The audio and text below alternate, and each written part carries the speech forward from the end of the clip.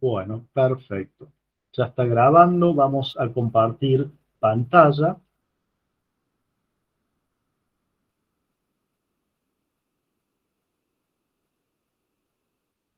Y ahora sí, vamos al PowerPoint. ¿Están viendo ya el PowerPoint? Sí, profe. Sí, bueno.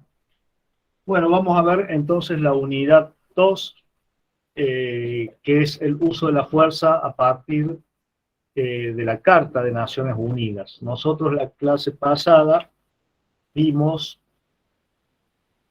una evolución histórica de la regulación desde el derecho internacional público sobre el uso de la fuerza, y terminamos justamente en 1939, cuando comienza la Segunda Guerra Mundial. Segunda Guerra Mundial que, como dijimos, se llevó unos 40 millones de vidas, no hay un dato preciso. Solamente la Unión Soviética perdió unos 28 millones de personas, o sea, la vida, no hablemos de los mutilados, etc. Y bueno, terminada la Segunda Guerra Mundial, se adopta la Carta de Naciones Unidas, ¿sí? La Carta de Naciones Unidas se adopta en la Conferencia de San Francisco, que fue desde abril hasta junio de 1945, pero hay que destacar que lo que se realiza en San Francisco en realidad es discutir un anteproyecto que ya había sido armado. ¿Y dónde y por quiénes había sido armado? Bueno, el proyecto de Carta de Naciones Unidas se había confeccionado en el año 1944 en una serie de reuniones en Dumbarton Oaks, que es en las cercanías de Washington, por representantes de Estados Unidos, Rusia, China y Gran Bretaña. Ellos son los que generan en esa serie de reuniones el proyecto de Carta de Naciones Unidas, en donde se había diseñado la carta casi tal como la conocemos hoy nosotros. En Dumbarton Oaks no se había definido todavía la cuestión del derecho de veto, cosa que se define meses más adelante, en febrero de 1945. Fíjense que el 8 de mayo de 1945 Alemania presenta su rendición incondicional, es decir, en febrero la guerra ya estaba en Europa prácticamente decidida. En el frente del Pacífico no era muy distinta la situación, si bien Japón podía pelear un poco más. Por eso hay concesiones que se le hacen a la Unión Soviética, etcétera, en Yalta. Pero lo que a la Carta de Naciones Unidas respecta fue en la conferencia de Yalta de febrero de 1945, donde se decide el derecho de veto que iban a tener las potencias permanentes en el Consejo de Seguridad, lo cual ya vamos a ver. Con esto, la Carta de Naciones Unidas, fíjense, está profundamente influenciada por el desarrollo, pero sobre todo por el resultado de la Segunda Guerra Mundial. Esto es por el uso de la fuerza. Y eso va a explicar la conformación del Consejo de Seguridad, como lo vamos a ver más adelante. La Carta de Naciones Unidas establece una prohibición del uso de la fuerza, la cual tiene excepciones dentro de un marco que nosotros le llamamos el sistema de seguridad colectivo, que ya lo vamos a mencionar. Pero vamos a aclarar desde el inicio, por eso pusimos como título en este PowerPoint, similitudes y diferencias entre el derecho convencional y el consuetudinario sobre el uso de la fuerza. En el caso Nicaragua del año 1986, la Corte Internacional de Justicia tuvo que estudiar, por una cuestión que se debió a ese mismo caso, si el derecho internacional consuetudinario y el derecho de la Carta referentes al uso de la fuerza tenía diferencia. La Corte llegó en esa ocasión a la conclusión de que el derecho internacional consuetudinario sobre el uso de la fuerza es igual a aquel contenido en la Carta de Naciones Unidas. Esto es importante para decir que, bueno, vamos a estudiar el derecho de la Carta y con eso ya vamos a haber cubierto el derecho consuetudinario, ¿sí? Recuerden la independencia de las fuentes, para quienes hayan visto ya derecho internacional público. En el caso de no poder aplicar una de las fuentes del derecho, eso no quita que sí se pueda aplicar la misma norma contenida en otra fuente, ¿no? En el caso de Nicaragua, la Corte no podía aplicar la Carta de Naciones Unidas por una reserva que había hecho Estados Unidos a la aceptación general de la competencia de la Corte Internacional de Justicia. Por lo tanto, al no poder aplicar la Carta, dijo, muy bien, vamos a aplicar el derecho consuetudinario. ¿Sí? Muy bien. La Carta de Naciones Unidas no se contenta con prohibir el uso de la fuerza, ya vamos a volver al artículo, ya vamos a ir al artículo 2.4, sino que establece un verdadero sistema, lo que se denomina, pongo, el sistema de seguridad colectiva. El sistema de seguridad colectiva.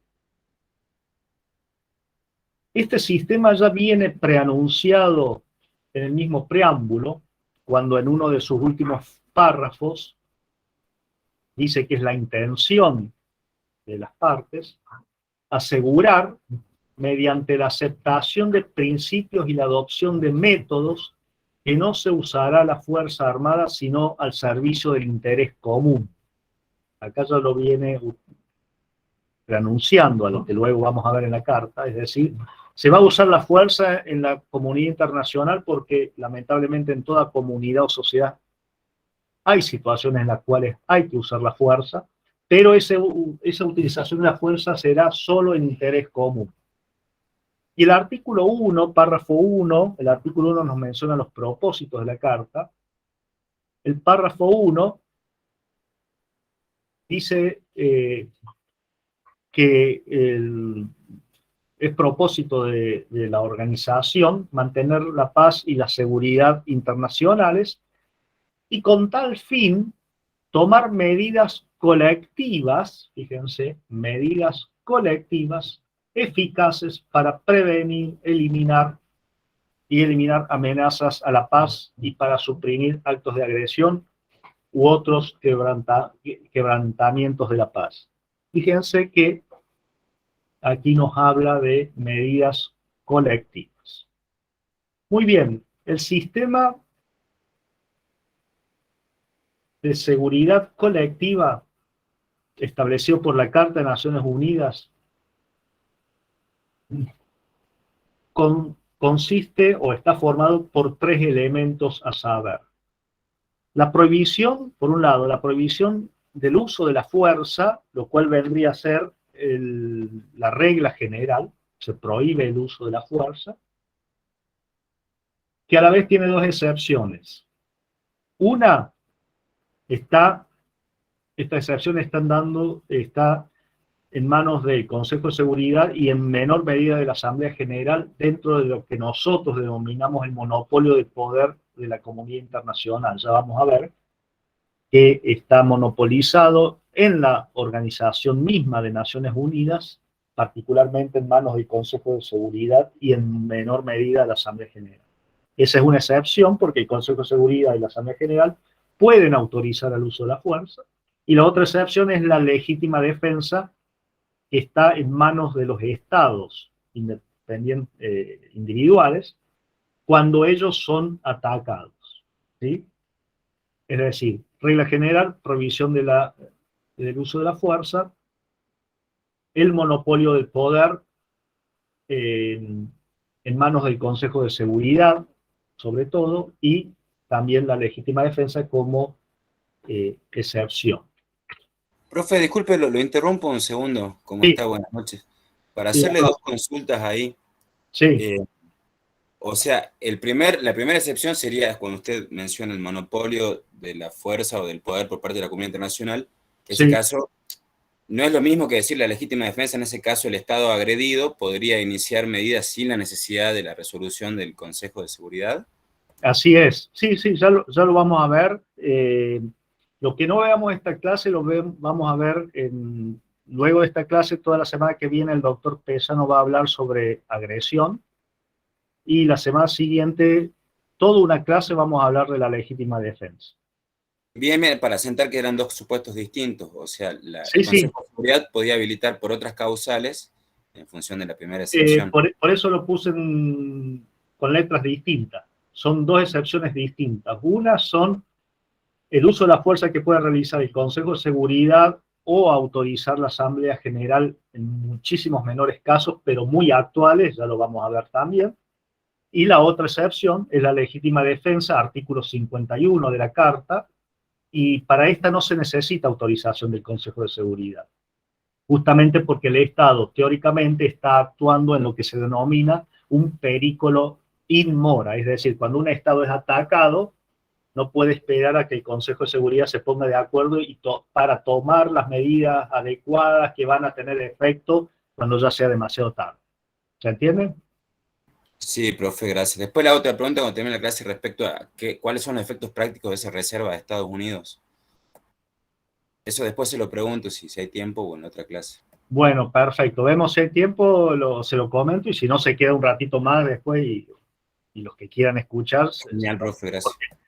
No lo explico porque es un tema que no tiene que ver con esto que estamos tratando, es otro tema general del derecho internacional, por eso no quiero dedicarle tiempo a explicar eso, ¿sí? Pero después de la clase, si tenemos tiempo, con mucho gusto, ¿sí? Genial, profe, muchas gracias. Bueno, si nosotros observamos el sistema que establece la Carta de Naciones Unidas, el sistema de seguridad colectiva, aclaro que parte de la doctrina menciona sistema de seguridad colectiva solamente a la facultad del Consejo de Seguridad, lo cual otros autores entendemos, o sea, entienden, y yo me adscribo a ellos, que no es lógico. ¿Por qué?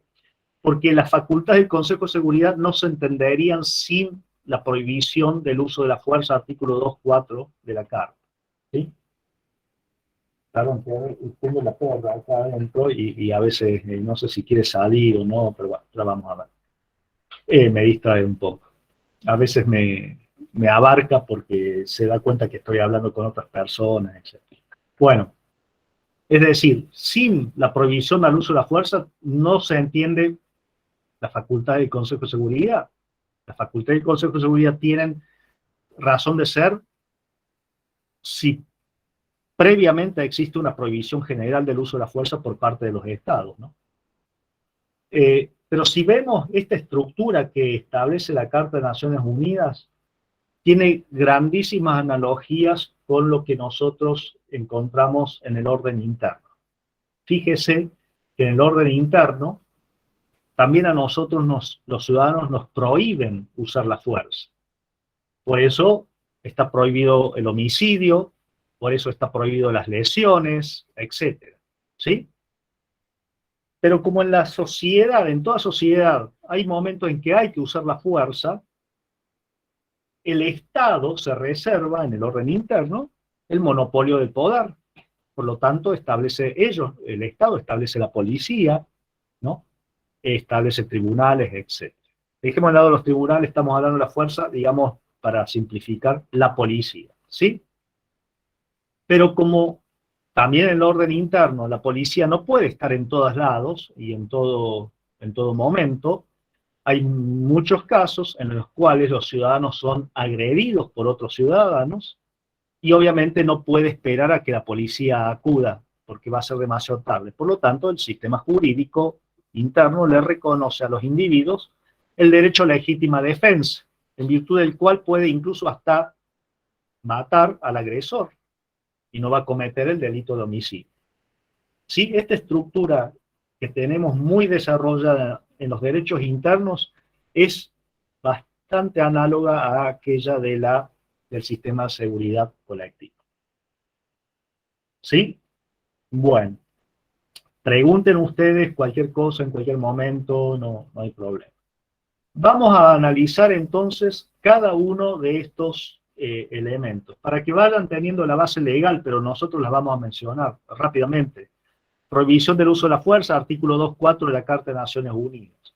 Monopolio del poder en manos de la comunidad internacional, Consejo de Seguridad, capítulo 7 y capítulo 8 de la Carta, en manos de la Asamblea General, resolución 377, Unión Pro Paz, ¿no? Y en cuanto a la legítima defensa, artículo 51 de la Carta de Naciones Unidas. No estoy, lástima no hay clases presenciales, pero si no, bueno, se podría hacer yo suelo explicar esto dibujando un templo griego cuyo techo es el sistema de seguridad colectiva y los tres pilares en los cuales se mantienen son justamente lo que se menciona en punto A, B y C. ¿Sí? Profe, no me quedó claro. Sí. Entonces, ¿son tres elementos o es las excepciones a la prohibición del uso de la fuerza? No, son los tres elementos. Esos tres Ah. elementos son, una es la regla general, se prohíbe el uso de la fuerza, ¿sí? Bien. A los estados. Ningún estado puede usar la fuerza. Nadie en principio puede usar la fuerza, pero el 2.4 se refiere a estados, ya vamos a ver. Pero hay dos excepciones, hay dos situaciones en las cuales sí se puede usar la fuerza. Una es cuando la fuerza es utilizada por el Consejo de Seguridad, o al menos autorizada, digamos, más que utilizada, autorizada por el Consejo de Seguridad, ya vamos a ver cómo funciona esto, y en menor medida la Asamblea General, y de acá a una semana, la tercera excepción es cuando la utilizan los estados individuales, ¿pero por qué? Porque son atacados y lo hacen en virtud de una legítima defensa, que está prevista en el artículo 51 de la Carta.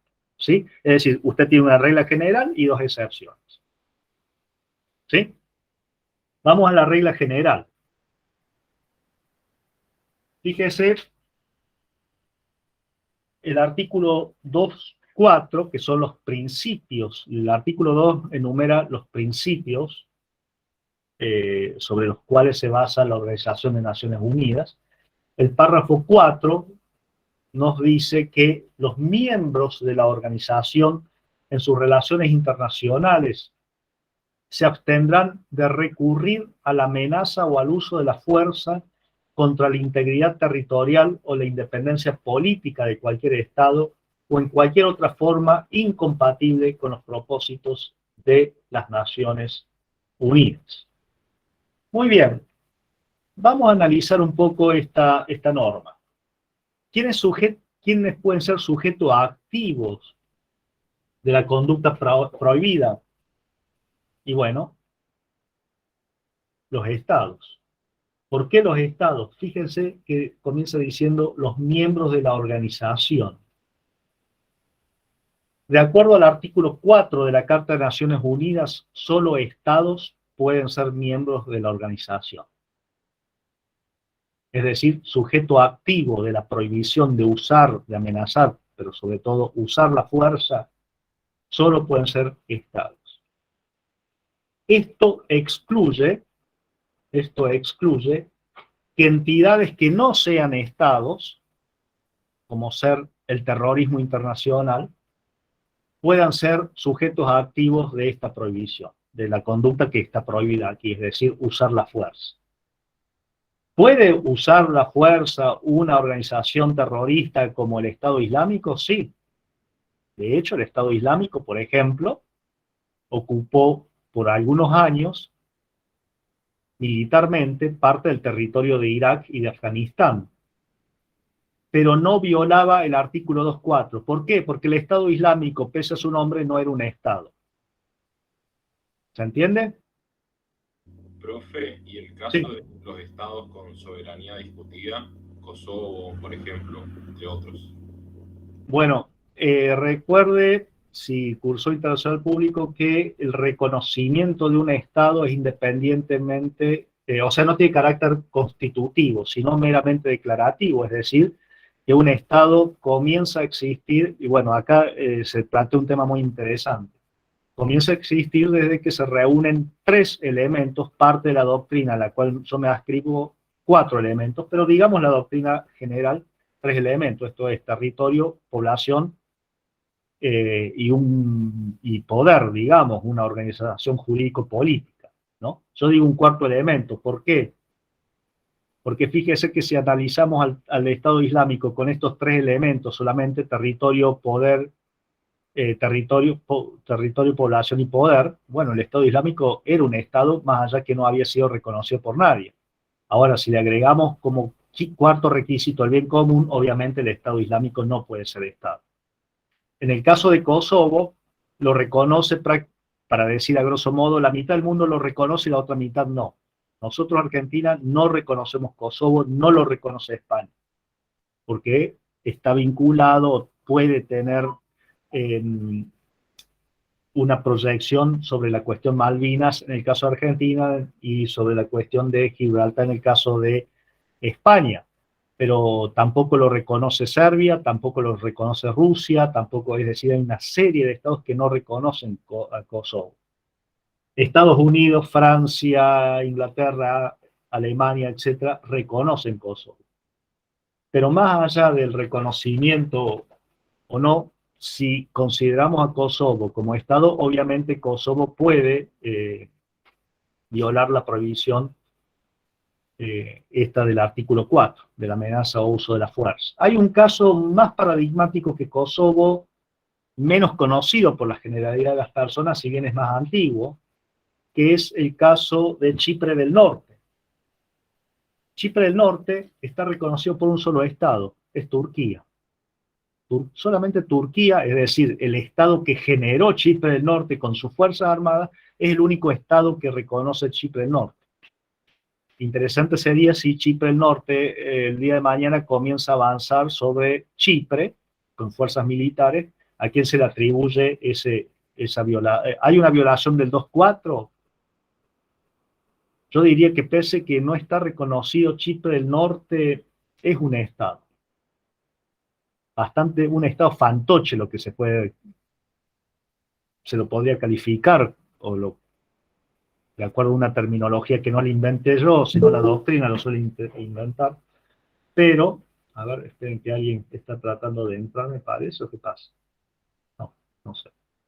Bueno. ¿Y no podría ser tratado en ese caso, o sea, como comunidad beligerante? A lo sumo. No, porque no es beligerante contra nadie. Hay paz. O sea, obviamente Chipre no lo reconoce, por lo tanto sería territorio de Chipre, pero está Turquía atrás. O sea, no es tan comunidad beligerante, ¿me entiende? Allá por 1979, si mal no recuerdo, o 74, ya no me acuerdo exactamente el año. 74. Gracias, 74. El ejército turco hizo una operación aeronaval con fuerzas anfibias y ocuparon parte de Chipre y a partir de ahí se declaró el estado de Chipre del Norte. O sea, comunidad beligerante es otra cosa, es más bien al estilo de la FARC, ¿no? Pero... Y una consulta al respecto que usted hablaba de miembros de la organización, o sea, Kosovo entonces es parte de la ONU.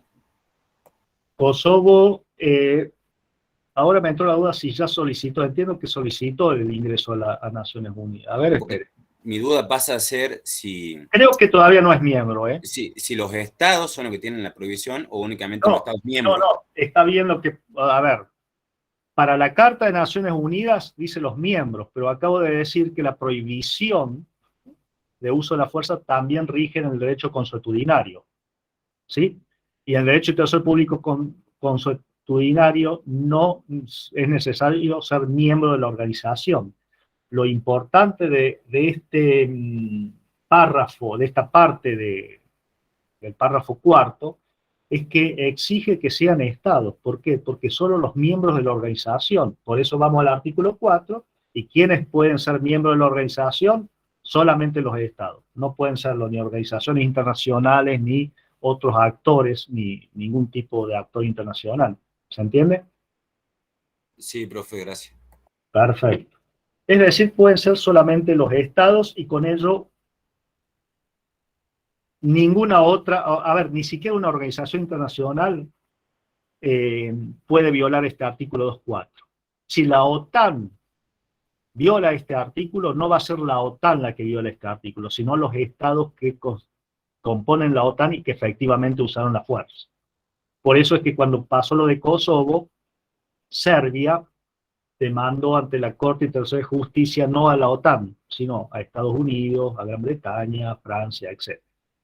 ¿Se entiende? Claro, la alianza militar no es sujeto del derecho internacional. No, es sujeto, sí, sí. A los efectos de la Carta. A los efectos de esta prohibición. Porque la Carta es muy amplia y tiene muchos recovecos, y ya vamos a ver en el capítulo 8 que sí reconoce a organizaciones como la OTAN. A los efectos de esta prohibición solamente, ¿sí? Genial, profe, gracias. Perfecto. En cuanto al sujeto pasivo, es claro que también sujeto pasivo solamente los estados pueden ser. Porque dice, en sus relaciones internacionales, dice, y en contra de la integridad territorial o la independencia política de cualquier estado. Por lo tanto, para que haya un sujeto pasivo, digamos, para que haya una violación a esta prohibición, tiene que ser en relación de Estado a Estado. Relación de Estado a Estado. ¿Por qué? Porque en las relaciones internacionales. Ergo, no es objeto de esta prohibición el uso de la fuerza que un Estado haga dentro de su propio territorio, contra, por ejemplo, un grupo étnico o no, o un grupo político. ¿Sí? Que en ese caso puede haber violación de derechos humanos, eso es otra cuestión. Nosotros estamos hablando de la prohibición del uso de la fuerza del artículo 2.4. ¿Se entiende? Por lo tanto, las masacres que pudiera haber cometido Serbia en el caso de Kosovo, ya que hablamos, que dio lugar a una intervención humanitaria, entre comillas, que va a ser objeto de estudio de este curso, y ya lo van a, con el doctor Pesano, lo van a ver muy bien. Ese uso de la fuerza de Serbia, tomándolo como ejemplo, contra la población de Kosovo, no es violación del artículo 2.4. Sí puede ser de derechos humanos, pero no del 2.4. Vamos a la conducta prohibida. La conducta prohibida es usar la fuerza. Luego vamos a ir a la cuestión de la amenaza. Vamos a lo más importante, el uso de la fuerza. Fíjense que acá la Carta deja absolutamente de lado el concepto de guerra. Lo menciona a la guerra, la menciona una vez en el preámbulo, pero mencionando a la guerra que dejó tantas víctimas, bla, bla, bla. No en ningún sentido normativo. Deja de lado el concepto de guerra justamente por el problema que nosotros ya comentamos en la clase pasada. Que guerra, para el derecho internacional público, es un concepto muy bien determinado y comienza con una declaración de guerra que abre una situación de guerra entre dos estados y termina con un tratado de paz.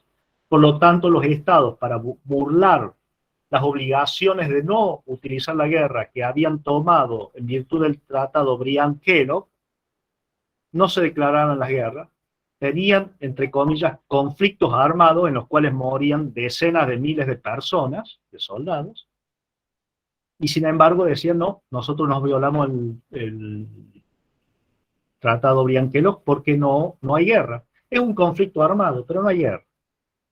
Para evitar esa, ¿cómo le puedo decir? Esas violaciones encubiertas a las finalidades de aquellos tratados, lo que hace la Carta de Naciones Unidas, elimina el concepto de guerra, no lo utiliza en el sentido que no lo utiliza, sino que utiliza el concepto mucho más amplio que el uso de la fuerza. Y acá se abre un nuevo panorama.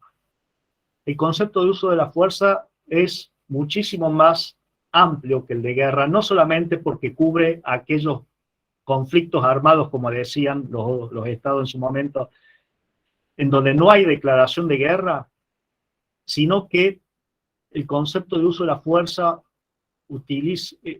cubre todo uso de fuerza, sin importar qué intensidad tenga. Un mero incidente de frontera, es decir, que un grupo de gendarmes haya un intercambio de disparos entre un grupo de gendarmes y un grupo de carabineros en la frontera argentino-chilena, eso ya es uso de fuerza. ¿Sí? Obviamente un acto de agresión es un uso de fuerza agravado, pero a lo que voy yo es muchísimo más amplio y abarca hasta los usos de la fuerza muy limitados. Cuando habla de fuerza, se refiere a la fuerza militar. Con esto se deja de lado, bajo este concepto y por lo tanto bajo esta prohibición, se deja fuera de esta prohibición la coerción política, la coerción económica, ¿sí? En la conferencia de San Francisco, Brasil propuso que bajo este concepto fuera entendido la presión económica, política, lo cual fue rechazado. Aquí solamente se trata de uso de la fuerza. Una presión económica y política puede constituir otro ilícito, que no es el uso de la fuerza, sino será ¿cuál? A ver, aquellos quienes han cursado ya internacional público. ¿Qué otro principio hay grande en el derecho internacional? Que viene mencionado también en el artículo 7 más adelante, y que está mencionado en la resolución 2625. ¿La no intromisión en la soberanía de otro Estado o algo así, profe, no? Algo así, algo así. El No me acuerdo bien. principio de no intervención en los asuntos internos de los Estados. Los Estados no deben intervenir en los asuntos internos de otros Estados. Pero ya le digo que es buen material para estudiar esta prohibición del uso de la fuerza, la resolución 2625, Romanos 25, del año 1970, porque allí también viene un poco explicada. ¿Sí? Es decir, fuerza militar. Con la evolución tecnológica, sobre todo en los últimos años, se habla de que esta prohibición, es decir, el uso de la fuerza, puede darse también a través del ciberespacio. El ciberespacio, cuando se reúnen algunos requisitos.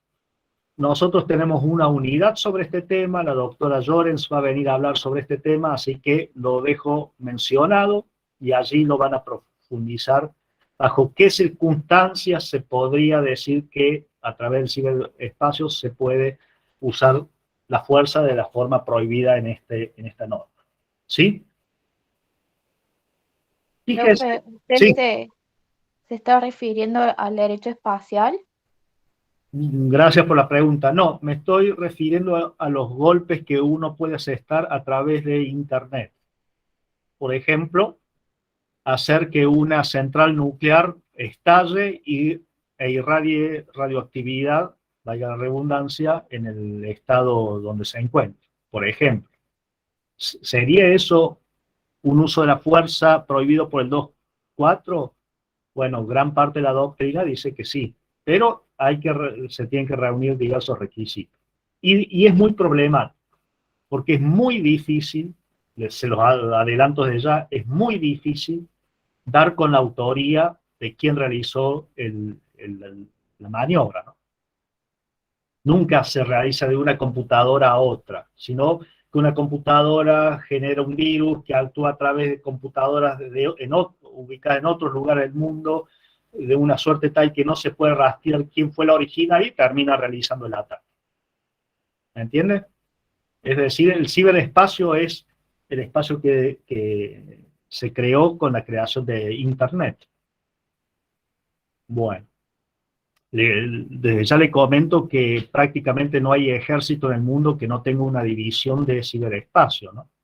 Para proteger el espacio de Internet, el espacio nacional, si se quiere, de ataques externos. Profe, y ya que Sí. el ciberespacio, está abarcado también en el concepto una guerra informática, diría, pero propiamente dicho, sea, por ejemplo, que se usaran expertos informáticos bajo la dependencia de un Estado soberano para robar información o secretos o lo que sea de otro Estado.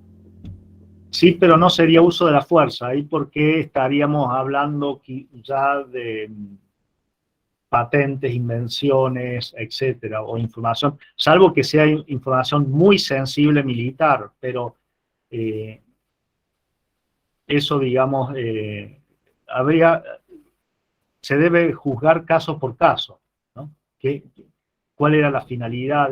Y como le digo, que los estados contratan informáticos especialistas de primer nivel para realizar aquel o aquel otro acto, seguro, eso seguro, pero justamente se realizan de forma tal que no puede ser rastreo cuál fue el origen de la conducta.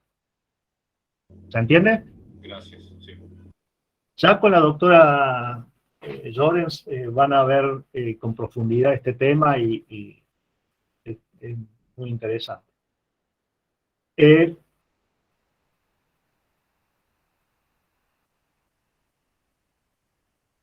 Perfecto, dijimos, todavía no vamos al 3.33.14. Fíjese que este párrafo menciona el uso de la fuerza, dice recurrir a la amenaza o uso de la fuerza contra la integridad territorial o la independencia política de cualquier Estado. Alguna parte de la doctrina sostuvieron que si el uso de la fuerza no estaba dirigida contra la integridad territorial o la independencia política de cualquier Estado, no sería una conducta prohibida por el artículo 2.4. Ejemplos, así se entiende. Hubo algunos casos en los cuales algunos estados, dada conmoción interna en otros estados, para salvar, entre comillas, a sus nacionales, realizaron incursiones militares y por la fuerza sacaron a sus nacionales de ese estado para traerlo en seguridad.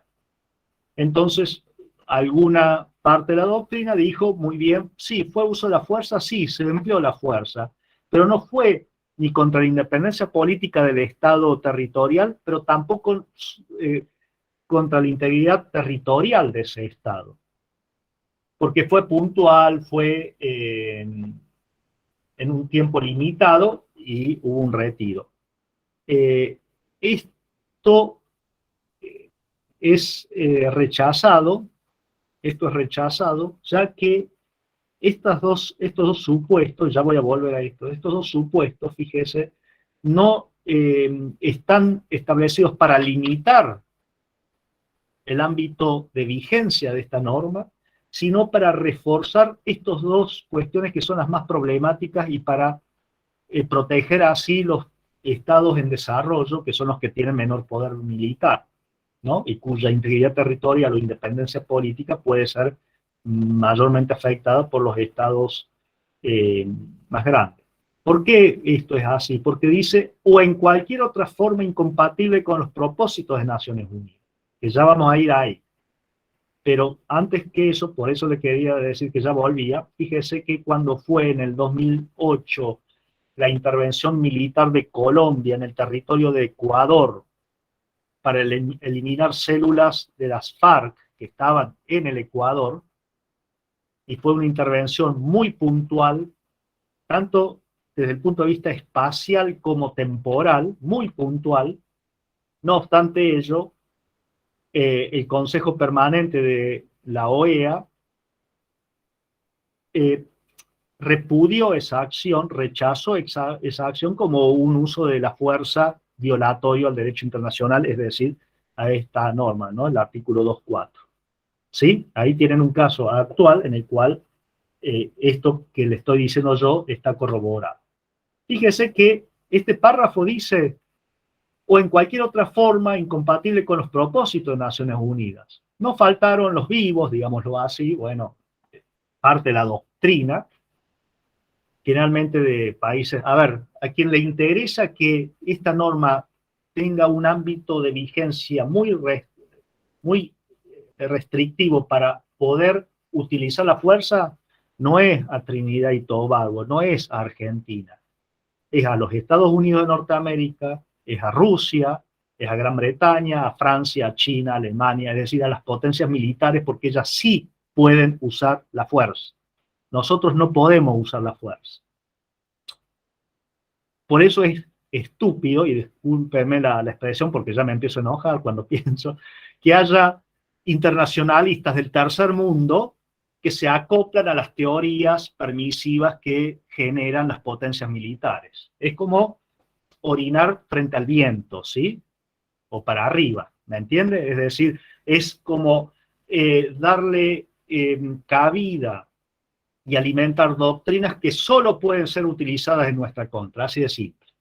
Más estúpido que eso yo no me imagino. Y sin embargo hay internacionalistas en el tercer mundo que quizás vaya a saber, ¿no? Para tener más lugar, más cabida en otros escenarios, terminan repitiendo doctrinas que es entendible que las generen los estados con mayor poder militar, pero no es entendible que tengan ecos en el tercer mundo, ¿no? Sí. Una pregunta le quería hacer, profesor, porque todo esto me llamó a la reflexión. El caso de 1960, del secuestro que se hizo en Argentina de, no sé si lo voy a pronunciar bien, Adolf Eichmann. Eichmann, sí. Sí, ¿eso fue un uso de fuerza o no? Porque fue muy puntual. Sí. Yo diría que fue una violación a la soberanía de Argentina. Eso desde ya. Porque se saltaron todo el aparato jurisdiccional, todo lo que es el Estado argentino. Uso de fuerza no. No, porque eso fue un secuestro. No es que vino un avión de transporte israelí con un grupo comando o seguido por helicópteros. Por ejemplo, para ver algo semejante, en donde sí hubo uso de fuerza. Ustedes recordarán cuando, de acuerdo a la noticia oficial norteamericana, y nosotros tenemos que creerla porque no hay otra, no podemos contrastarla, cuando fue eliminado Saddam Hussein, perdón, Osama Bin Laden en Pakistán. ¿Sí? Ahí hubo un grupo comando que salieron en parte de Afganistán, creo, y en parte de portaaviones, no sé, no recuerdo, terminó en portaaviones, pero no sé si vuelo directo, eso bueno, es un detalle, pero ingresaron al territorio de Pakistán, obviamente sin permiso, aterrizaron 2, 3 helicópteros en la casa, en la finca donde se encontraba Osama Bin Laden, mataron a los guardias, ingresaron con armas, mataron a Bin Laden, agarraron el cadáver y se fueron. Eso es uso de la fuerza, muy claro. Pero ahí hay, sí, uso de la fuerza militar. En el caso Eichmann fue más bien una operación de servicios de inteligencia, ¿no? En donde lo detectaron donde estaban, lo secuestraron, le dieron medicamentos para dormirlo, lo subieron a un avión israelí que estaba en Ezeiza, y de ahí, sin que Argentina se percatara, lo llevaron a Israel. ¿Sí? Perfecto. ¿Había otra pregunta? Bueno. Les decía que fíjense que esta partecita o en cualquier otra forma incompatible con los propósitos de Naciones Unidas llevó a que algunos internacionalistas, sobre todo, repito, de potencias con gran poder militar, dijeran muy bien, pero entonces si el uso de la fuerza es compatible con los propósitos de Naciones Unidas, no está prohibida. ¿Se entiende? Es decir, si nosotros usamos la fuerza para defender derechos humanos, no sé, la señorita Tello me figura como mano levantada, no sé si quiere decir o preguntar algo o es que... No, perfecto, gracias. No, profe, es el celular que se apretó, perfecto, el botón, no hay problema, no hay problema. No. Por eso, el que quiera participar directamente, que prenda el micrófono y me corta con su voz, ¿sí? Es la forma más rápida y efectiva para la participación. Muy bien. Es decir, que si el Estado utiliza la fuerza para evitar graves y masivas violaciones de derechos humanos en el territorio de otro Estado, no está prohibida esta conducta, porque es conforme a los propósitos de Naciones Unidas. Perdón, le voy a abrir la puerta a mi perro porque quiere salir y no vaya a ser que tenga algún problema mayor después. Más concretamente, que tenga que limpiar. No sé si...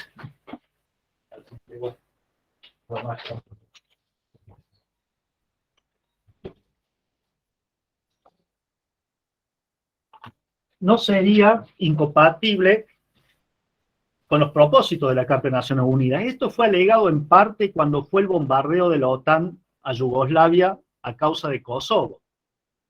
Una de las tantos fundamentos que quisieron dar para justificar por qué la intervención humanitaria era legal era, bueno, si la Carta de Naciones Unidas como propósito tiene proveer a la defensa de los derechos humanos, el uso de la fuerza que se haga defendiendo los derechos humanos es lícita, y por lo tanto no cae en la prohibición del 2.4, lo cual eso es una gran falacia, porque lo que quiere el artículo 2.4 es prohibir el uso de la fuerza, de todo uso de la fuerza armada en manos de los estados. Y eso se ve en todo el sistema de la Carta de Naciones Unidas. Tal es así que la única excepción que tienen los estados en sus manos está prevista en la misma Carta, el artículo 51.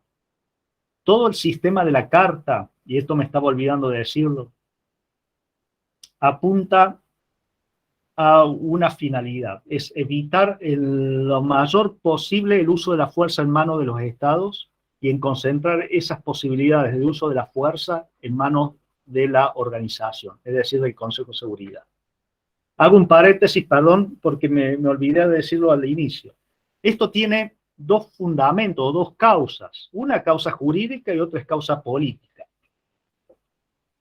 La causa jurídica es justamente evitar que los estados anden usando la fuerza contra otros estados, lo cual hace que al quitar el elemento fuerza en las relaciones internacionales prevalezca el derecho, ¿no? Vamos a sentarnos a dialogar, vamos a solucionar las controversias de modo pacífico. Esa es la explicación jurídica, pero tiene una explicación política muy real. El órgano que monopoliza el uso de la fuerza es el Consejo de Seguridad, y ya lo vamos a estudiar. Y allí tienen un papel preponderante las 5 potencias victoriosas de la Segunda Guerra Mundial: Estados Unidos, Rusia, China, Francia y Gran Bretaña. Por lo tanto, ellos, vamos a ver y nos va a quedar claro una vez que terminemos esta clase, han creado un sistema en el cual ellos aseguraban que la fuerza en la sociedad internacional no iba a ser utilizada si no estaban de común acuerdo ellos 5. Aparte tienen la facultad de veto, profe. Por eso le digo, ya cuando terminemos la clase y ya hemos visto el Consejo de Seguridad, lo vamos a entender mejor a esto. Es decir, ellos generaron un sistema en el cual el monopolio del poder, que ya lo vamos a ver, en definitiva, depende, no 100% seguramente, pero en gran medida, pero en un 90% de la voluntad de estos 5 miembros. Profe, disculpe, y respecto a eso, o sea, Sí. en ese caso de no haber vetos cruzados, digamos, o vetos de alguna de estas potencias permanentes del Consejo de Seguridad, Sí. ahí sí, ante cualquier eventual supuesta violación de derechos humanos en la cuestión interna, bueno, limpieza étnica, por ejemplo, como sucede generalmente en los Balcanes o en zonas así, ahí sí estaría habilitada el uso de la fuerza, pero por una resolución del Consejo de Seguridad. Sí, así, ese sería el camino, correcto. No sucedió en los Balcanes, que creo que la OTAN se mandó sin la autorización del Consejo. ¿Fue así? Así es, porque obviamente el Consejo estaba el veto automático de Rusia y de China. De Rusia y China, claro.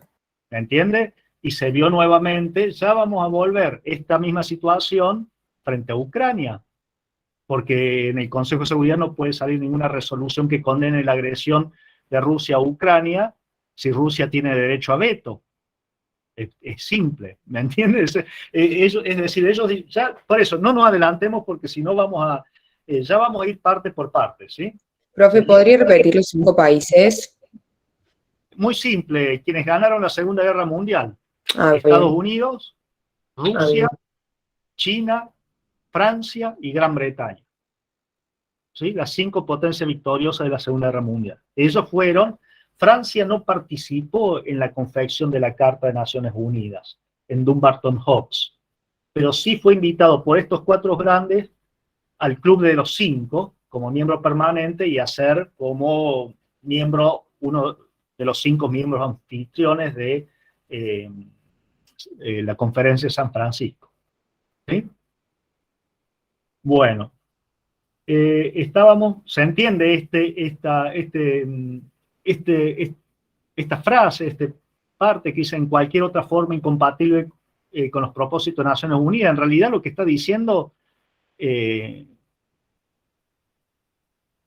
no está limitando a estos 2 conceptos anteriores, sino que todo lo que esté en contra de la Carta de Naciones Unidas está prohibido. Por eso la resolución 3314, que acá la cito, A significa Asamblea General, res, que es una resolución, el número de resolución, y esto, 29 en romanos, significa el número de sesión ordinaria de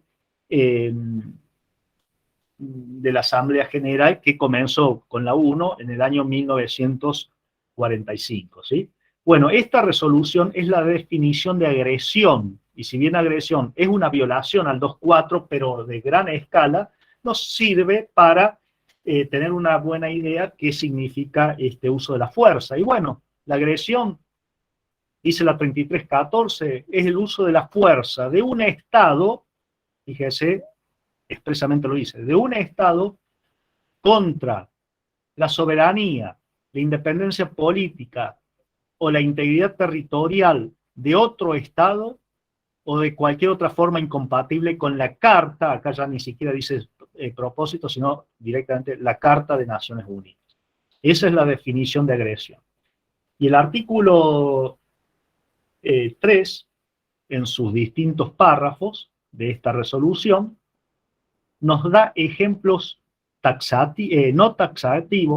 ejemplificativos de casos de agresión. Como ser, obviamente, la invasión del territorio de un Estado por las Fuerzas Armadas de otro Estado, el ataque con las fuerzas militares de un Estado de posiciones militares de otro Estado, el bombardeo del territorio de otro Estado, el bloqueo con las fuerzas navales de los puertos de otro Estado. Todo eso son casos de agresión, si tienen la escala, ya lo van a estudiar con el doctor Pesano, pero a la vez son buenos ejemplos de uso de la fuerza. Otro es, que también lo vamos a ver, que es lo que se denomina la agresión armada indirecta, es decir, cuando un Estado forma, financia, arma, entrena grupos de personas para enviarlos al territorio de otro Estado. ¿Sí? Eso es la agresión armada indirecta. También es violación del artículo 2.4. Todos los casos que ustedes lean en ese artículo 3 de la 3314 son ejemplos, a su vez, también, no solamente de agresión, sino de violación del 2.4 que estamos analizando.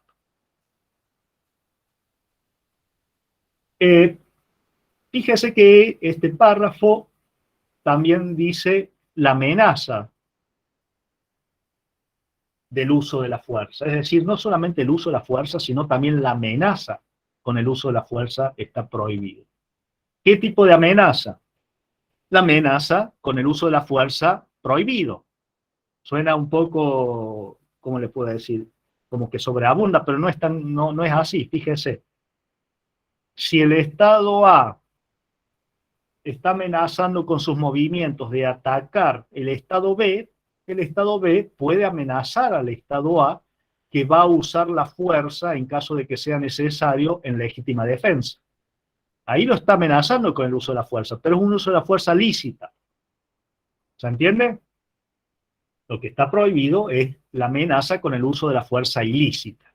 Es decir, hace tal cosa si no te voy a invadir o te voy a bombardear.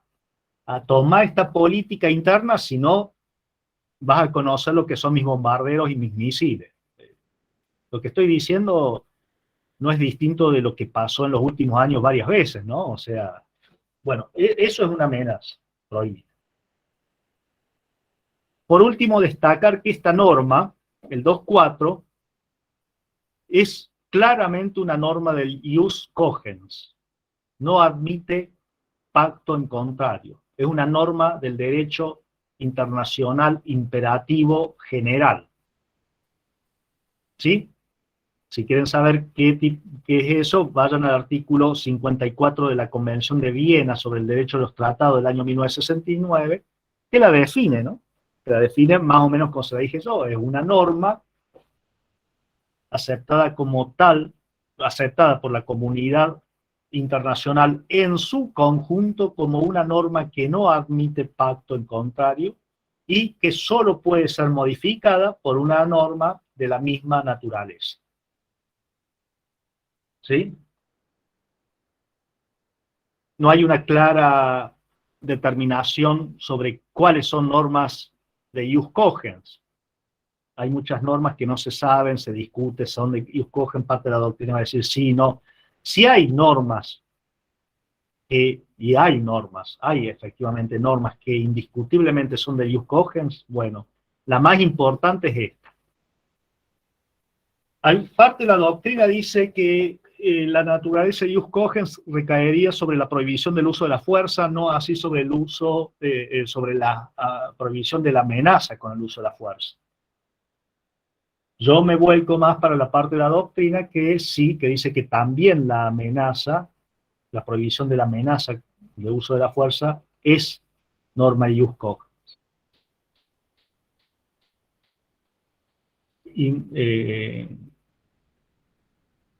¿Por qué? Porque fíjese que la amenaza puede tener un efecto prácticamente igual que el uso de la fuerza.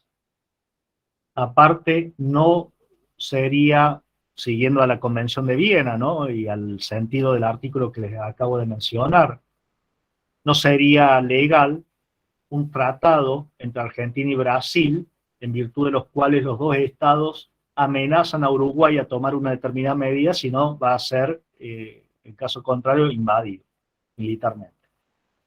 Ergo, la amenaza también es una norma de ius cogens. Bueno, vamos a la segunda columna. Quiero ver qué hora es. Sí, perfecto. Que es el monopolio del poder en la comunidad internacional, lo denomino yo al menos así. Básicamente son todas las facultades que tiene el Consejo de Seguridad atinentes al mantenimiento de la paz y la seguridad internacional, y las facultades restringidas que tiene Asamblea General también en esta materia. Vamos al Consejo de Seguridad. El Consejo de Seguridad es, de acuerdo al artículo 7 de la Carta de Naciones Unidas, uno de los órganos principales, uno de los 6 órganos principales de la organización. La competencia es mantener la paz y la seguridad internacionales. Esa es la competencia primordial del Consejo de Seguridad.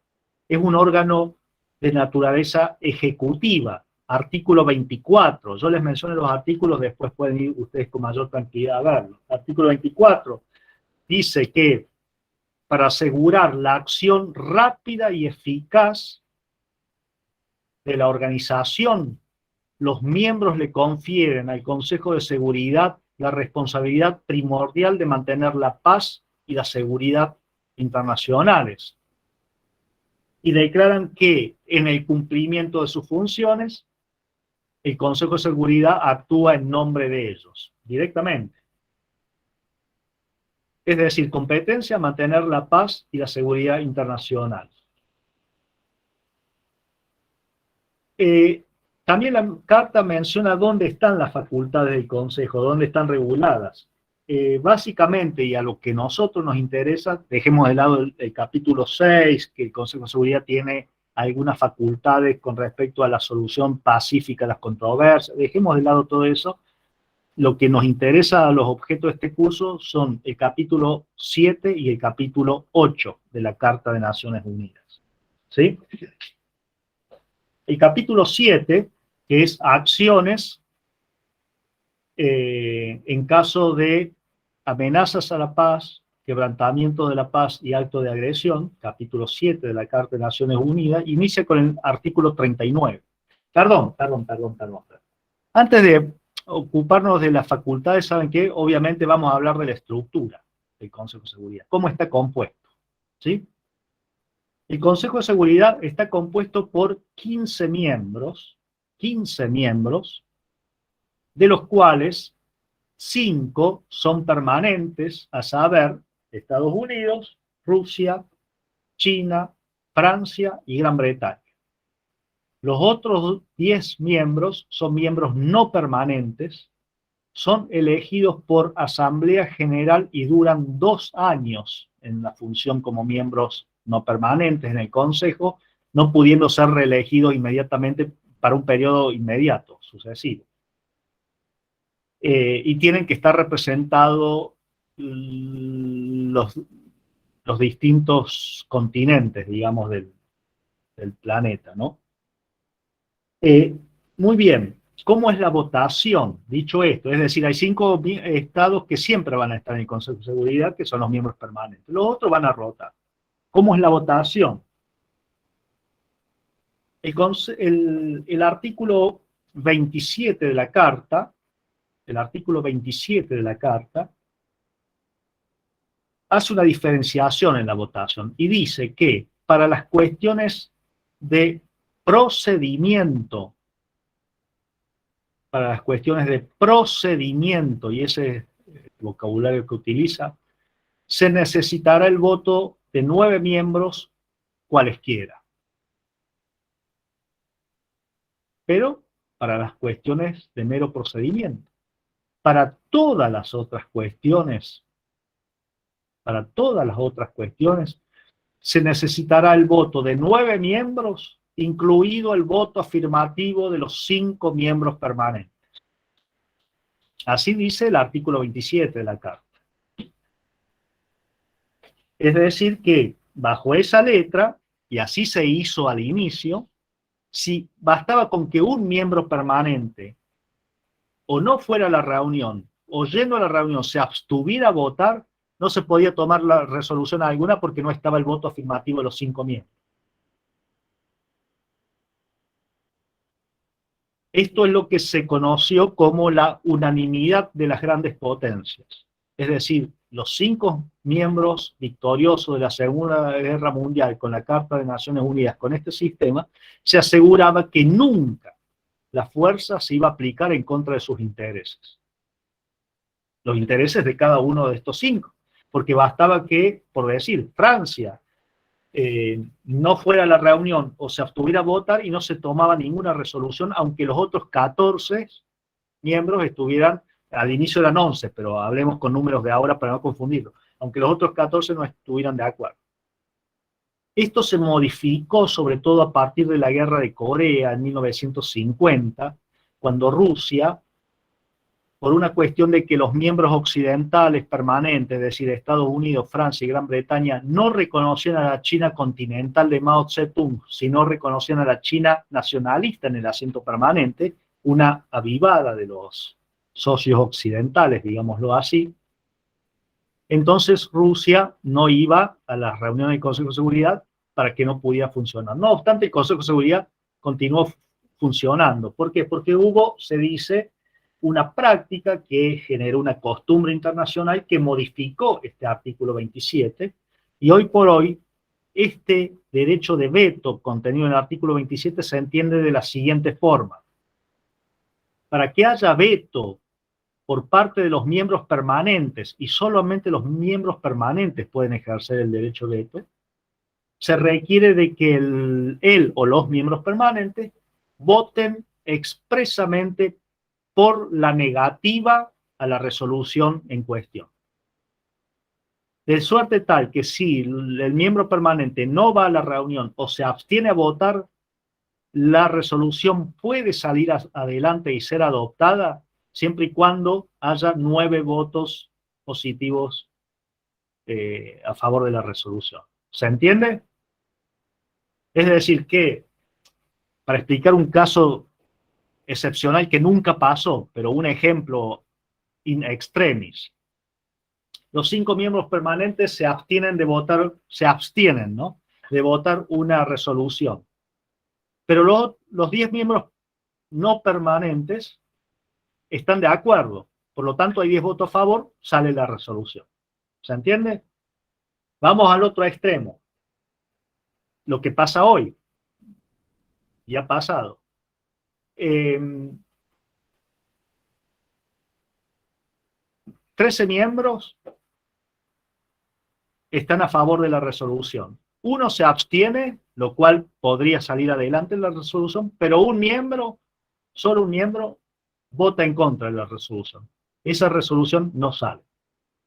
¿Por qué? Porque esa potencia, perdón, el miembro es potencia permanente, ¿no? Esa potencia permanente votó en contra, expresamente en contra de la resolución. ¿Se entiende? ¿Sí? ¿Sí? ¿No? Pregunten si alguno no entiende. Sí, profe, se entiende. Perfecto. Bueno, entonces ya tenemos cómo está constituido y cómo funciona y decide el Consejo de Seguridad. Ahora sí vamos a las facultades que le reconoce la Carta de Naciones Unidas. Capítulo 7 comienza con el artículo 39. El artículo 39 dice que el Consejo de Seguridad determinará cuando una situación constituye una, y acá los conceptos son bien claros, amenaza a la paz, quebrantamiento a la paz o acto de agresión. Y tomará y realizará las recomendaciones o adoptará las medidas que crea conveniente. Así dice. Con ello, el Consejo de Seguridad tiene el poder exclusivo de calificación de una situación en el sistema de seguridad colectivo. Es el Consejo de Seguridad el que va a determinar si una situación X constituye una amenaza a la paz, un quebrantamiento a la paz o incluso un acto de agresión. Con respecto al acto de agresión, volvemos, van a verlo con el doctor Pesaro. ¿Sí? No hay otro órgano que tenga ese poder de calificación, solamente el Consejo de Seguridad. Y esta misma norma nos dice que el Consejo de Seguridad va a realizar las recomendaciones o adoptará las decisiones que crea conveniente. Y aquí nos está describiendo las dos naturalezas que pueden tener las resoluciones del Consejo de Seguridad. El Consejo de Seguridad puede realizar recomendaciones, meras recomendaciones, ergo no son obligatorias para los estados, justamente porque son recomendaciones, o puede dictar decisiones, adoptar decisiones. Decisiones, pongan ustedes, artículo 25 de la Carta, son obligatorias para los estados. ¿Por qué? Porque el artículo 25 dice que los estados se comprometen a seguir las decisiones que adopta el Consejo de Seguridad. Es decir, puede tomar resoluciones de dos clases el Consejo de Seguridad, o recomendaciones que no son obligatorias, o decisiones que sí son obligatorias para el Estado. Artículo 39. Artículo 40 dice que el Consejo de Seguridad puede adoptar medidas provisorias y que las mismas no constituirán un juzgamiento de la situación desde el punto de vista jurídico, digamos, ¿no? Son medidas provisorias que puede tomar el Consejo de Seguridad. Artículo 40. El artículo 41 dice que el Consejo de Seguridad podrá tomar medidas, que si las vemos, son medidas que no incluyen el uso de la fuerza. ¿Son medidas coercitivas? Sí, pero no incluyen el uso de la fuerza, artículo 41. Y ejemplificativamente menciona el corte de las comunicaciones terrestres, ferroviarias, marítimas, aéreas, telegráficas, hoy diríamos internet. Ejemplificativo, ¿no? Ruptura de relaciones comerciales o diplomáticas, etc.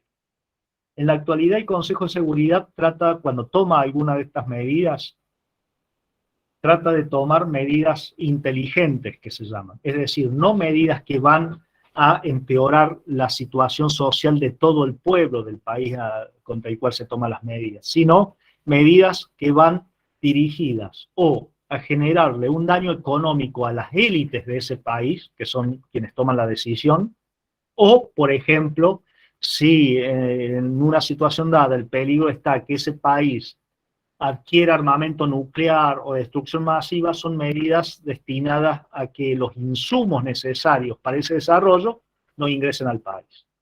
¿Se entiende? Esas son las medidas inteligentes que en los últimos años trata siempre de tomar el Consejo de Seguridad.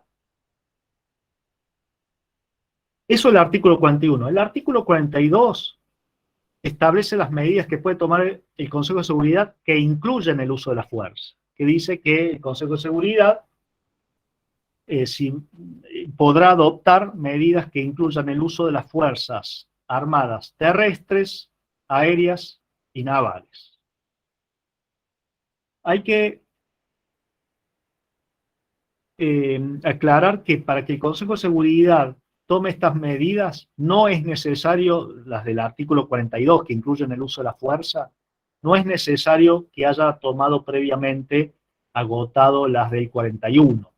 Si la situación dada es de urgencia, el Consejo de Seguridad puede tomar las medidas del 42 sin haber tomado ni las del 40, ni las del 41, etc.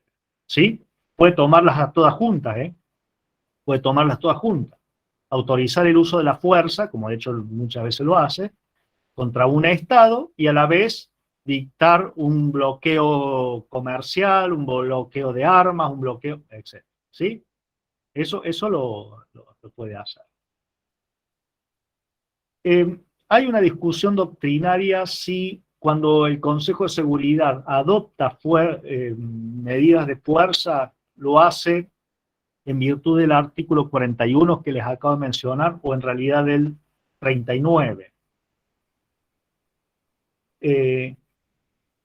Porque se dice que el Consejo de Seguridad autoriza, que es la práctica que sigue generalmente, al uso de la fuerza en contra de un Estado determinado.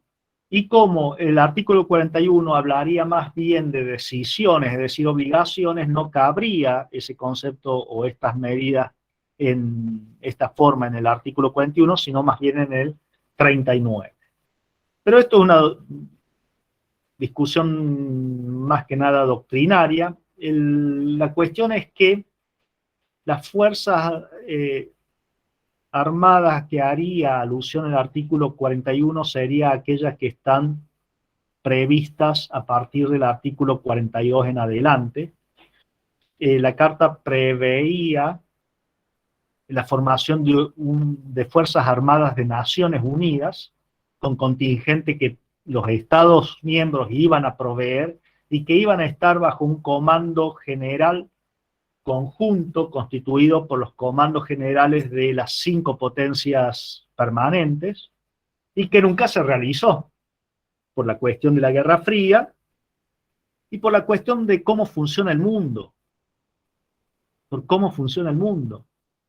Brasil no va a poner fuerzas armadas a disposición de un comando central conjunto, que esté en manos de los norteamericanos, los rusos, los chinos, los franceses y los ingleses. ¿Se entiende? Es decir, eso fue algo muy utópico. Pero, ¿cómo funciona en la práctica? El Consejo de Seguridad autoriza a veces a los estados en general, a veces a un grupo de estados o a una organización regional a utilizar la fuerza contra un estado para poner fin a una situación dada. ¿Sí? Esa es la forma de funcionamiento.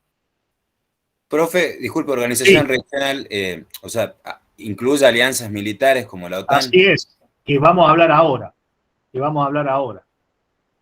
El capítulo 7, esto lo digo como dato para que les quede en conocimiento, termina con el artículo 51, que es la segunda excepción que la vamos a estudiar en otra clase. Esto es la legítima defensa. ¿Sí? El último artículo del capítulo 7, y este artículo fue agregado a requerimiento de los estados medianos y pequeños, porque no estaba expreso de que hubiera un derecho a legítima defensa en el proyecto, y las potencias dijeron, no, sí, pero es derecho consuetudinario, eso se sobreentiende. Sí, no, pero lo queremos escrito más vale, porque primero hay que ver cuándo van a actuar ustedes con el Consejo de Seguridad, y segundo, si quieren actuar en un caso dado. Y queremos tener expresamente reconocido el derecho a defendernos, en el caso que nosotros seamos atacados. Pero eso, el artículo 51, ya lo vamos a ver en otra clase. El capítulo 8, que se titula Acuerdos organizaciones regionales, trata justamente sobre los pactos, los acuerdos y las organizaciones que se formaron a nivel regional a los fines defensivos. ¿Sí?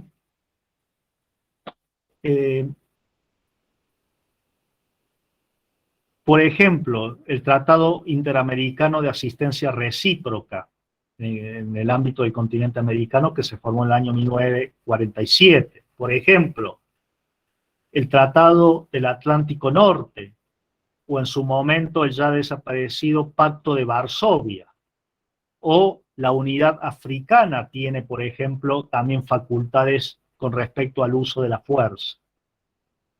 Si hablamos del TIAR, Tratado Interamericano de Asistencia Recíproca, de la OTAN, es decir, Organización del Tratado del Atlántico Norte, o si hablamos del Pacto de Varsovia, son pactos, acuerdos de carácter defensivo que institucionalizan de alguna manera el derecho a la legítima defensa colectiva, que está también reconocido en el artículo 51 de la Carta. El artículo 51 de la Carta reconoce el derecho a la legítima defensa, sea individual o colectiva.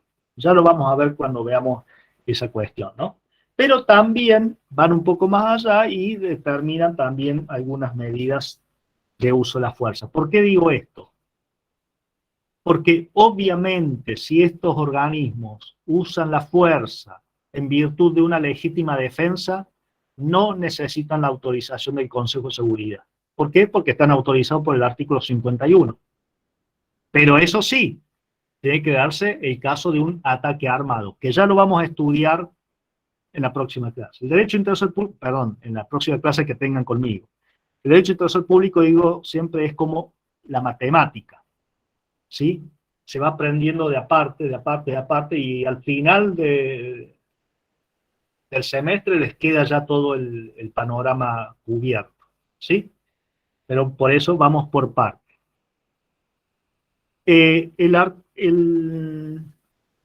Este capítulo 8 comienza con el artículo 52, que reconoce la existencia y las acepta dentro del sistema de Naciones Unidas de acuerdos u organizaciones regionales, ¿sí?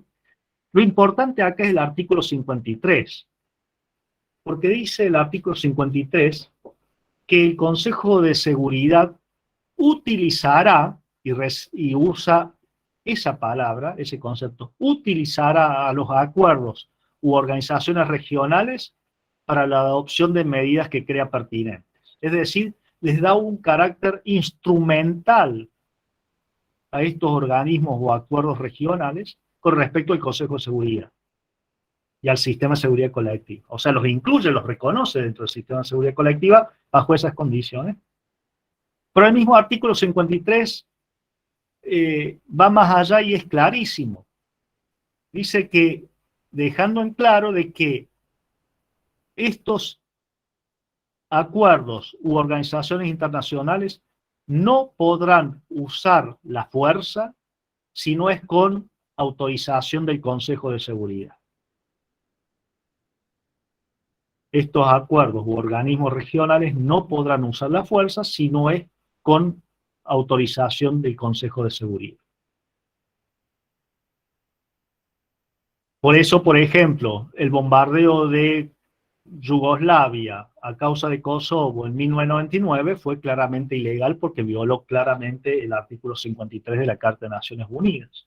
Y por eso es que los internacionalistas y los gobiernos de esas potencias buscaban fundamentos jurídicos, inventando la teoría de la intervención humanitaria, que sería una especie sui generis de legítima defensa, pero bueno, un montón de argumentos. Les quería decir algo que que lo tenía en la cabeza mientras estaba explicando lo anterior, pero ahora se me borró. Si me lo acuerdo, se los vuelvo a decir. Es una cosa importante. Bueno, se me fue. Tenía que ver, obviamente, con el artículo 53.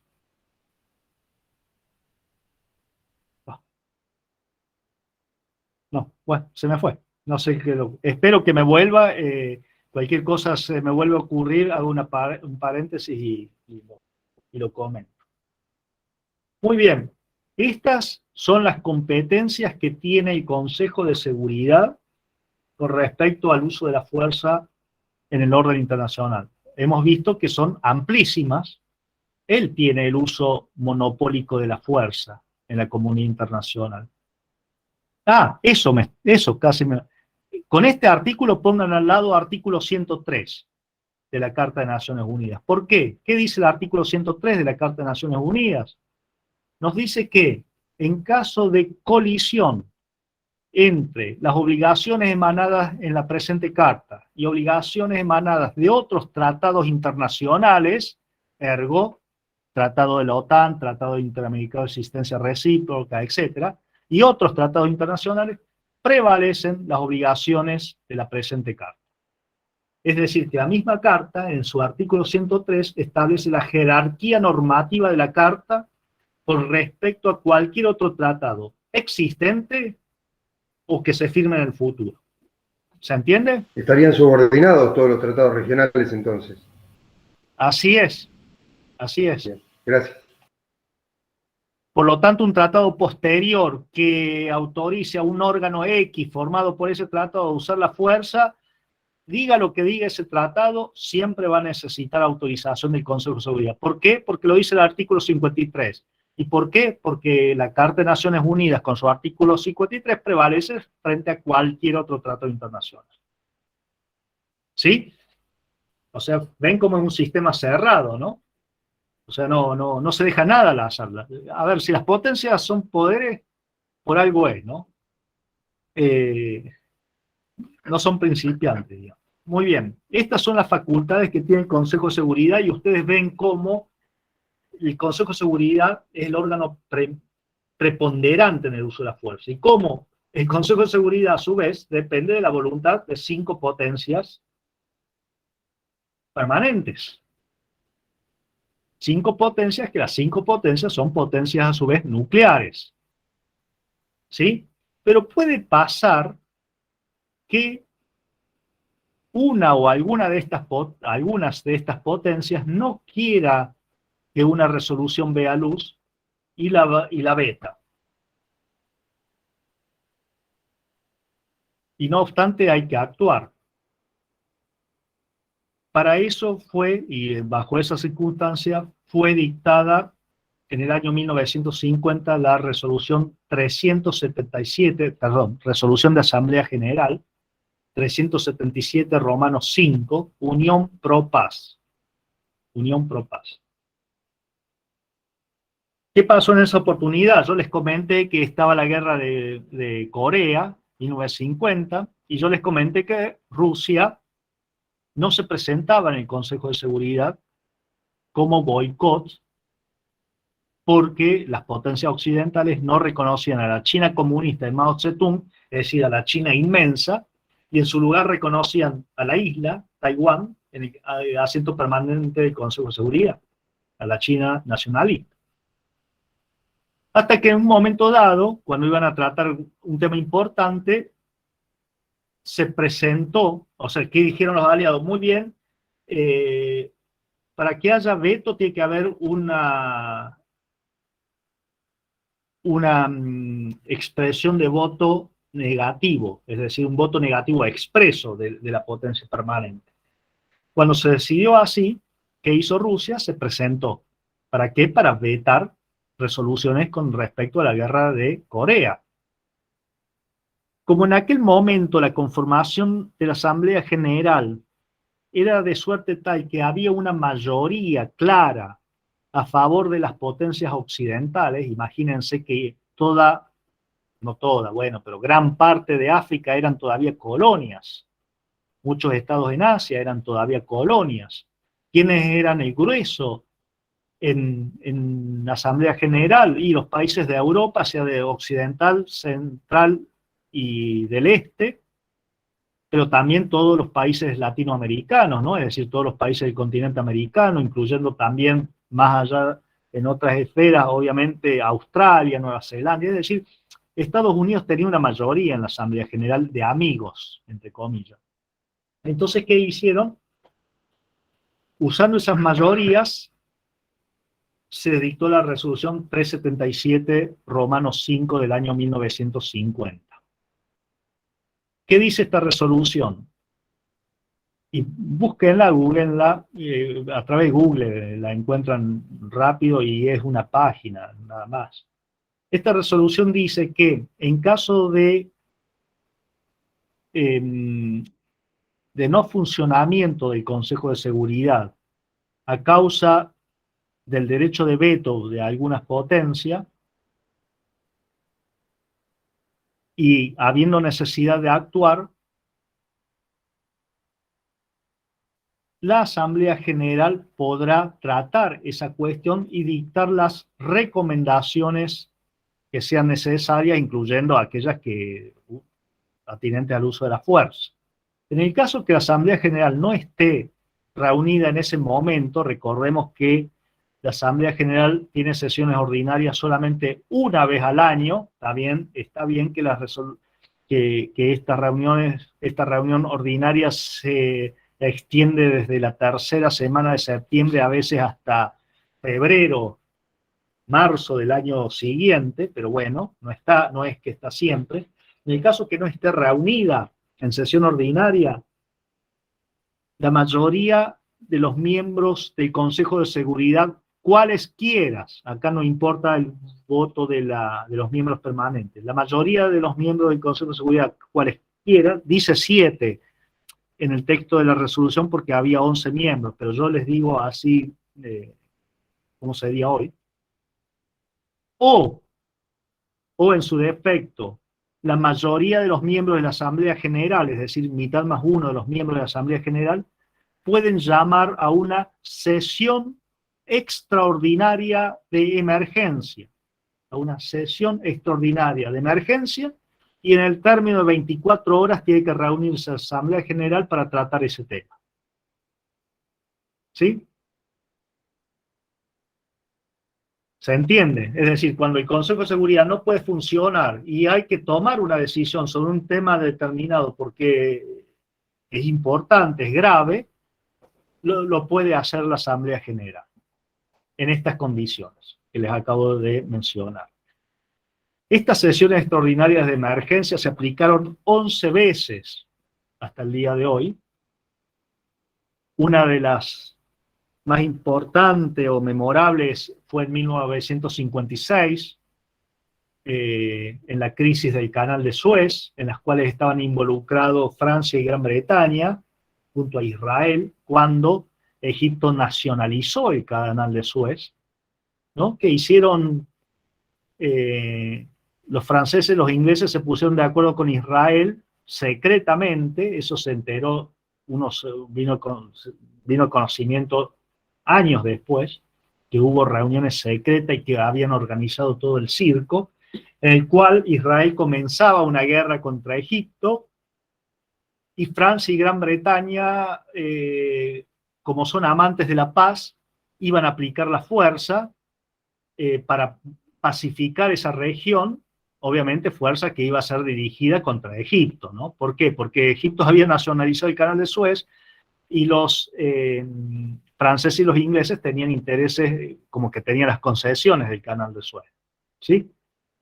Bueno, pero esta es allí se aplica, y bueno, al ser Francia y Gran Bretaña miembros permanentes del Consejo de Seguridad, el Consejo de Seguridad no pudo sacar ninguna resolución al respecto, y ni Rusia ni Estados Unidos habían sido consultados por Gran Bretaña y Francia para realizar ese teatro que realizaron, ¿sí? Entonces, ¿qué hicieron? Rusia y Estados Unidos tenían ya, Rusia y Estados Unidos, mayoría en la Asamblea General en aquella época, llevaron la cuestión a la Asamblea General y ahí le dieron a los ingleses y los franceses como para que tengan, para buen rato, ¿no? Es decir, resolución condenatoria. En realidad, lo que hizo retroceder a los franceses y a los británicos fue la amenaza seria de la Unión Soviética de que si no se retiraban de la región iban a utilizar armamento nuclear. Así de simple, ¿no? Pero bueno. ¿Y saben cuál fue la última vez, la 11ª vez que se utilizó esta resolución? ¿Alguien sabe por casualidad? La crisis de Ucrania ahora. Cuando a fines de febrero, para ser más preciso, el 24 de febrero del 2022, Rusia ingresa con su ejército al territorio de Ucrania. Obviamente, Estados Unidos, Francia, Gran Bretaña, no así China, obviamente, llevaban una resolución condenatoria, bla, bla, bla, al Consejo de Seguridad, y China se abstuvo y Rusia votó en contra de esa resolución, es decir, la vetó. Ergo, el Consejo de Seguridad no pudo tomar ninguna resolución. Por lo tanto, Estados Unidos, Francia, Gran Bretaña, lo llevaron a Asamblea General a la cuestión y dictó la resolución ARES 11/1 y la 11/2, ¿no? 11 por 11ª sesión extraordinaria de emergencia, y resolución 1 y resolución 2. ¿Sí? Profe, una consulta ahí respecto, sí. O sea, ante vetos cruzados, la Asamblea General reasume el poder, digamos, del Consejo. Sí, así es. Usted mencionó, son recomendaciones las que puede hacer, o sea, puede adoptar medidas de naturaleza ejecutiva, decisiones, o únicamente recomendaciones condenando el uso de la fuerza. No, son, bueno, en este caso, a ver, en este caso fue una recomendación condenando la acción de Rusia. Yo le pregunto a usted, y seamos realistas, ¿quién puede tomar una acción militar contra Rusia? Claro, pero es una cuestión de hecho, pero o sea, jurídicamente... sí, condenó. Yo le digo lo que dice la resolución, condenó la agresión de Rusia contra Ucrania, pero no preveyó ninguna otra medida. Claro, eso se lo entiendo, profesor, pero ¿estaría facultada? Sí, para, estaría. o sea, eventualmente, ante una correlación de fuerzas que le resulte favorable, disponer que ingrese la OTAN, por ejemplo. Sí estaría facultado a autorizar el uso de la fuerza, y esa autorización funcionaría como lo es el artículo 51, una causa de justificación, lo cual una conducta típica que encuadraría en el 2.4, es decir, usar la fuerza, quedaría, no sería un hecho ilícito, porque la ilicitud está excluida. ¿Por qué? Porque funcionaría como una causa de justificación, al igual que la autorización que realiza el Consejo de Seguridad es una causa de justificación para usar la fuerza contra un país determinado. ¿Sí? Gracias, profe. Y aparte creo que ahí quedó bien determinada los estados con autonomía estratégica como India, que se abstuvieron, China. Totalmente. Si usted ve esa resolución y suma los que hubo una mayoría condenatoria, obviamente, pero los que al menos se abstuvieron y otros, algunos menos, votaron en contra, pero los que es una mayoría impresionante. A ver, se abstuvo China, se abstuvo la India, ahí ya le estoy hablando de la mitad de la población mundial. ¿Sabe qué? Se abstuvo Sudáfrica y Brasil como miembros del BRICS.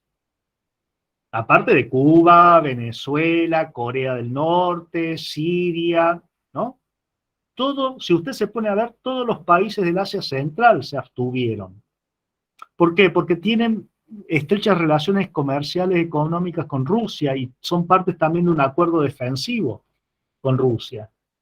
¿Me entiende? Es decir, no es tan claro. Hay una historia o una realidad que cuentan los medios masivos de Occidente y sus gobiernos, y otra cosa es la realidad real, ¿no?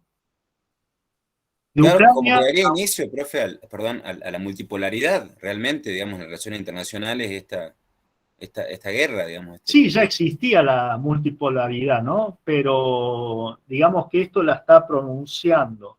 Ya de Ucrania vamos a tener no una, sino vamos a tener, estoy viendo 3 clases sobre Ucrania, hacia el final del semestre, ¿no?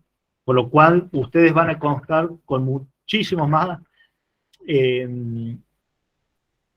instrumentos para entender aún mejor la situación de Ucrania. Ya vamos a ver, es la última unidad. Sacamos una unidad que era financiamiento de los conflictos armados para hacer una unidad sobre Ucrania porque es muy importante, o sea, aparte de ser de mayor actualidad, pero es muy, muy interesante la cuestión en torno a Ucrania. Perfecto. Esta resolución 377 Unión Pro Paz, 377 Romanos 5 Unión Pro Paz, obviamente en un momento dado no fue de interés de ninguna de las potencias que prevalezca. ¿Por qué? Porque obviamente hay un acuerdo entre ellos, tácito, de que, bueno, por lo general, si una no quiere esa resolución, hay que respetarla porque el día de mañana va a ser la otra la que no quiere. Y no puede ser que sea llevado a la Asamblea General y se termine dictando algo parecido. Primero por una cuestión. Y segundo, porque el proceso de descolonización amplió tanto el número de estados en Asamblea General que ninguna potencia permanente tenía una mayoría asegurada. ¿Se entiende? Luego sería un instrumento que se le escapa de las manos a ellas. Y esa no es la finalidad con la cual ellos hicieron este sistema. No obstante, la 377 sería, o es, o mejor dicho, podría ser un instrumento muy útil en situaciones en las cuales habría que actuar y por el veto de alguna potencia permanente no se puede actuar. Por ejemplo, lo que se denominó en Kosovo intervención humanitaria y luego la responsabilidad de proteger. El caso paradigmático sería más o menos paradigmático, digo, eso lo va a explicar mejor el doctor Pesano en su momento, la cuestión de Libia, o la cuestión del terrorismo internacional, si hay que ir a atacar objetivos en el territorio de otro Estado que no quiere autorizar el uso de la fuerza de otros Estados en su propio territorio y están parados por una potencia a lo mejor permanente. Bueno, la 377 sería un muy buen instrumento para evitar la unilateralidad de un Estado o de un grupo de Estados, ¿sí?, que actúan fuera del sistema de Naciones Unidas o terminan actuando fuera del sistema de Naciones Unidas. Porque si hay necesidad de intervenir por cuestiones de derechos humanos o humanitarios, lo que sea, o por cuestiones de terrorismo internacional, y no hay acuerdo en el Consejo de Seguridad para dictar una resolución en ese sentido, que sería el camino normal, muy bien, llevemos la cuestión a la Asamblea General, en donde están representados casi la totalidad de los estados del mundo, y eso es una cuestión importante a fallar, a resolver, ¿no? Y entonces, si uno no puede, si una resolución en un determinado sentido no puede reunir esa mayoría de Asamblea General, bueno, entonces quiere decir que la comunidad internacional no está de acuerdo o no quiere actuar en esa cuestión particular. ¿Se entiende? Sería un muy buen instrumento para evitar el uso que hacen algunas potencias de la fuerza en contra de otros estados. Obviamente, no es el interés justamente lo que les acabo de decir de esas potencias militares, ¿no? Así que bueno, eso sería, rápidamente les puedo, ¿qué hora es? Perdón, tengo que ver.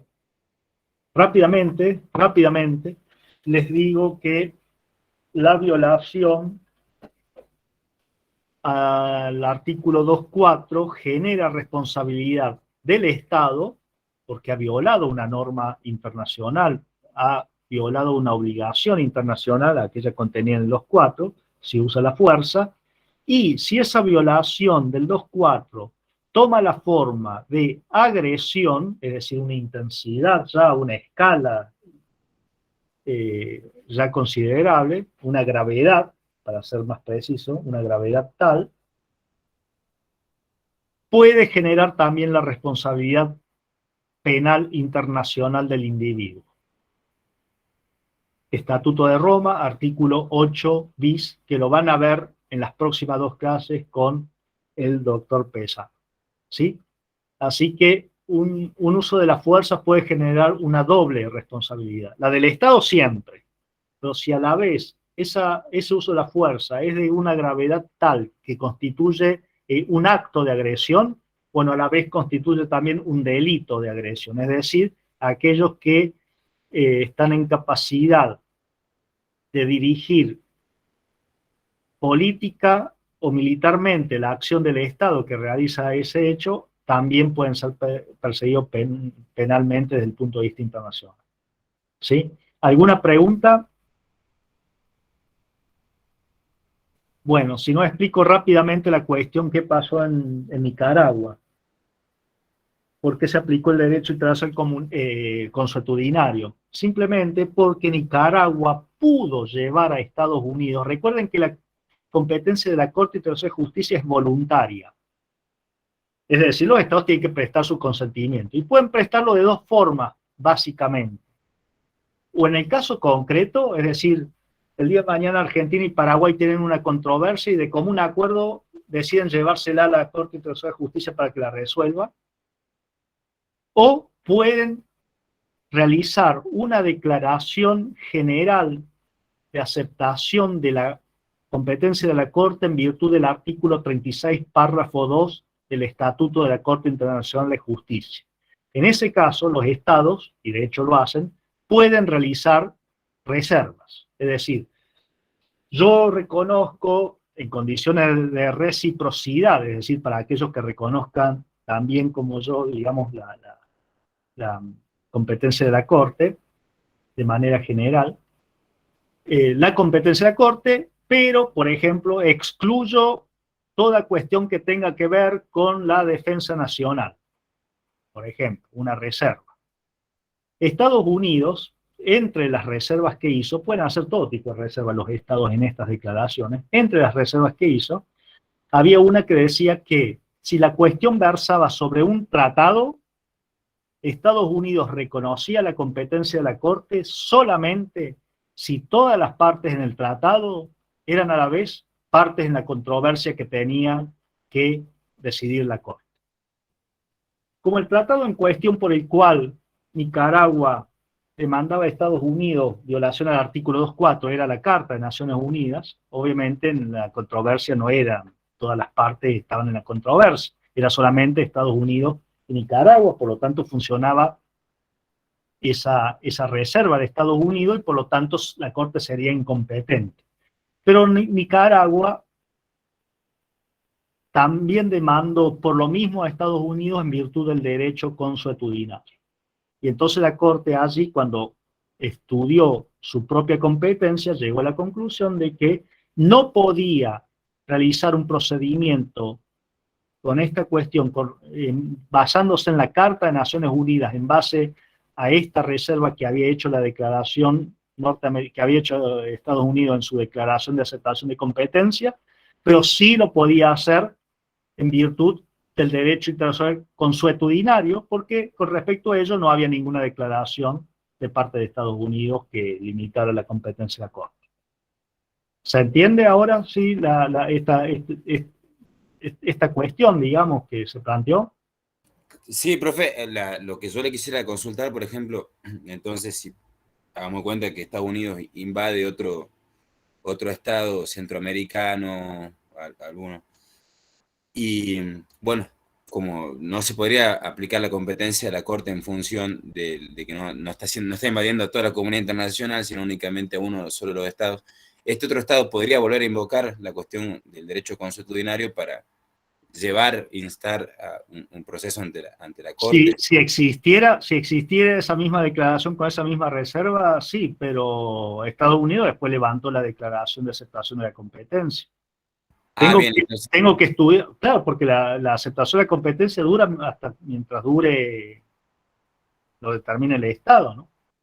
Claro, no sabe que obviamente lo que no puede hacer es hacerse el vivo que si en virtud de esa aceptación de competencia correctamente es llevado a la Corte, querer renunciar a esa declaración, ¿cómo le puedo decir? De suerte tal que no puede ser llevado. No, ahí no. Sí, cuando fue llevada, regía esa aceptación, obviamente la pueden llevar, pero con posterioridad puede, cuando quiera, o sea, dejar sin profe, efecto disculpe, esa declaración. hoy en día no está vigente esa declaración con esa reserva, sino que para el caso... Tendría que ver, no sé, a ver, son 193 estados miembros de la Organización de Naciones Unidas, y esos 193 estados, en virtud del artículo 90,